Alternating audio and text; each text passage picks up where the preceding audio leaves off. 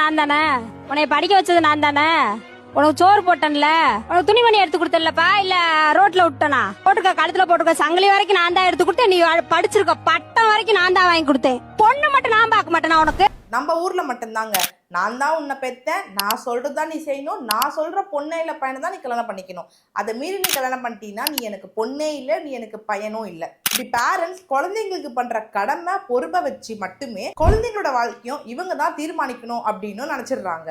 உங்க வீட்லயும் உங்க லவ் மேரேஜுக்கு அக்செப்ட் பண்ணாம இருக்காங்களா? உங்க பேரண்ட்ஸ் மீறி பண்ணலாமா இல்ல பண்ணக்கூடாதான்னு குழப்பத்துல இருக்கீங்களா? இந்த வீடியோவை பாருங்க, உங்களுக்கே புரிஞ்சிடும். ஒரு லாவும் லவ் மேரேஜ் பண்றத இல்லீகல்னு சொல்லல. அதே மாதிரி நீங்க லவ் பண்ணி மேரேஜ் பண்ணணும்னு நினைக்கிறீங்கன்னும் போது உங்க பேரண்ட்ஸ் அதுக்கு அக்செப்ட் பண்ணல, உங்க பேரண்ட்ஸை மீறி நான் கல்யாணம் பண்ணலாமா அப்படின்னு பாத்தீங்கன்னா தாராளமா கல்யாணம் பண்ணலாங்க. அதுவும் இல்லீகல் கிடையாது. நீங்க ரெஜிஸ்டர் மேரேஜ் பண்ணிக்கலாம், கோயிலையும் கல்யாணம் பண்ணிக்கலாம். ஸோ உங்க பேரண்ட்ஸே ஒத்துக்கல அப்படின்னாலுமே தாராளமா உங்களை பிடிச்சவங்களே கல்யாணம் பண்ணிக்கலாங்க. அப்படிதான் சட்டமும் சொல்லுது. எந்த ஒரு சட்டமும் பாத்தீங்கன்னா பேரண்ட்ஸோட விருப்பப்படி மட்டும் தான் பண்ணணும், அப்படி இல்லைன்னா கல்யாணமே செல்லாதுன்னு சொல்லவே இல்லைங்க. லவ் பண்ணிட்டு வீட்டுல ஒத்துக்காம தவிச்சிட்டு இருக்க உங்க ஃப்ரெண்ட்ஸ்க்கு முக்கியமா வீட்டுல ஷேர் பண்ணுங்க. இது எல்லாருமே தெரிஞ்சுக்கோங்க.